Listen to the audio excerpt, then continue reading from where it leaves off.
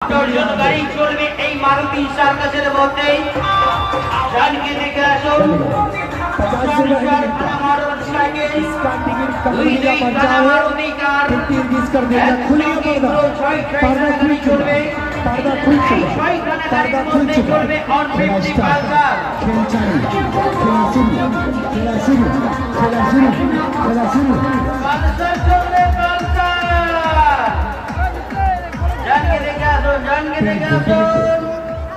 কিভাবে চলছে মারুতি কার আর কিভাবে ঘুরছে মোটরসাইকেল আপনারা আপনাদের দিকের চোখের সামনে ক্ষেত্র দেখে আসেন।